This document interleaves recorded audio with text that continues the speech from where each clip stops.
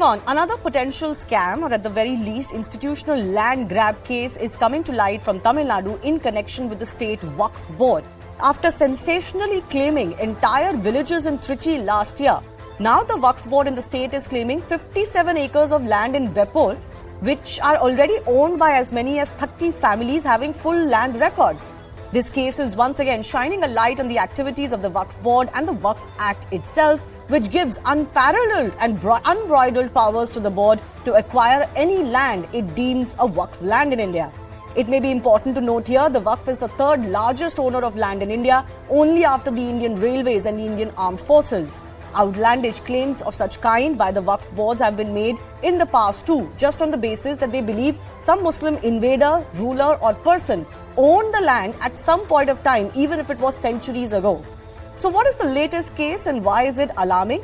The Waqf board is now claiming 57 acres of land in Vepur village. 3 acres of this land, and this is why this is very alarming, have already been transferred to the Waqf board.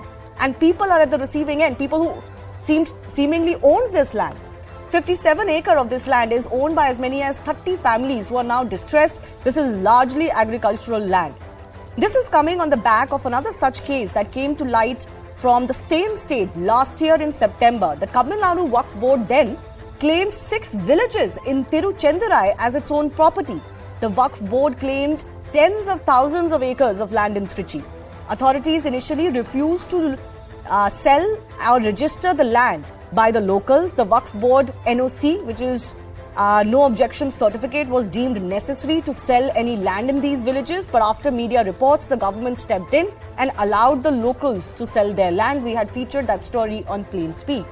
Now these are the kind of claims that have brought the very Waqf Act under scanner. A petition was also filed in the Supreme Court last year challenging the Act, and this is what the petition had said.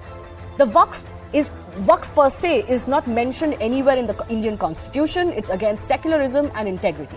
The Waqf Act was arbitrarily enacted and is religion-based that violates Article 14 and 50. There is no safeguard to other religions to save their properties from inclusion into a Waqf list.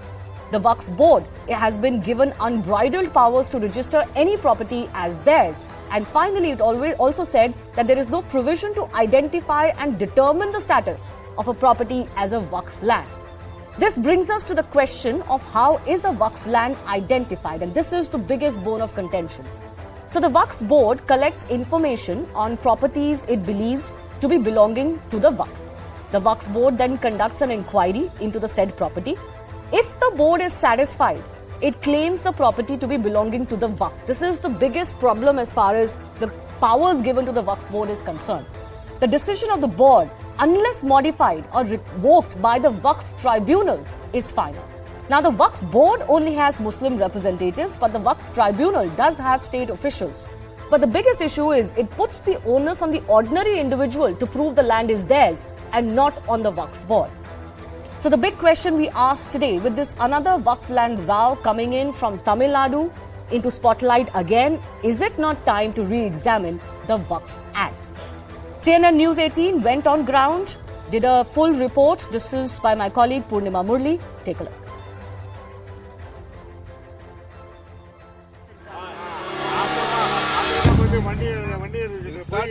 "56-year-old Ramesh, who owns 3 acres of land in Tamil Nadu's Ranipet district, is a shattered man.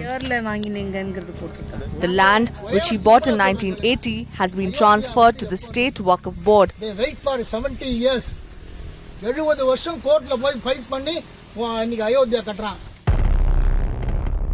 Waqf lands are those endowed for charitable or religious use. Ramesh says, despite submitting documents showing he legally bought the land, it was transferred to the Waqf board. We were asked to submit all the original documents. 2 days later, the collector's office had told the media that my document was fake. We were heartbroken. When we came to know that our land has been transferred, we went to the collector's office for an explanation. There was no intimation from the collector's office before transferring our property.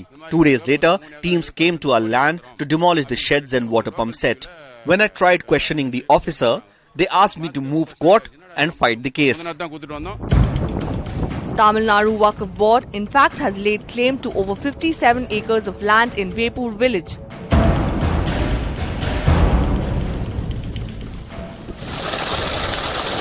Another farmer, Palani, alleges teams were sent to lay claim to his 3.5-acre plot of land. A few officers came to our land. Police entered our agricultural land. I fainted after seeing them. I told them not to take away my land. They also bought a JCB. I threatened them with life and my daughters came to my rescue. They said they have no one except me. I have 5 daughters and we'll all rely on the agricultural land for a living. A Supreme Court order last year says land can only be transferred to the Waqf Board after an open hearing and negotiation with the owners. The Tamilnadu Waqf Board says they have evidence of their claim on the land and are ready to hold negotiations with the other landowners. Out of 57 acres, some portion of land has been already disbursed to so many individuals in the 60s and 70s. Apart from that, 3.5 acres were left, which is belonging to Waqf institution. Now, one particular individual is claiming that it belongs to them.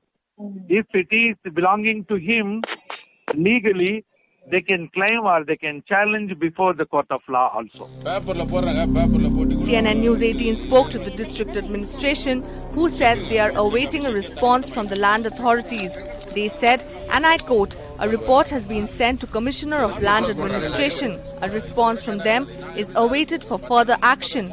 Waqf Board has claimed over 57 acres. 3 acres have been transferred to them so far. Was due process followed in the transfer? For Ramesh, the answer holds little consolation. With Purnima Murli, Ishita Bhadri, CNN News 18. This is atrocious. People who have been living there for more than 100 years, in fact, not even 50-60 years.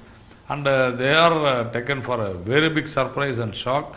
The government is supporting the local, particularly some Islamic movements. A minister in the DMK government is also behind this, all these things, these movements. So I think the justice should be done. It is Waqf Board is an independent organization which runs for the welfare of the Muslims and their temples and other things. So they know when they take a land, they will not go out of the way to procure land. So when they say, let them approach the Waqf Board and explain things and get their explanation. That will be fair.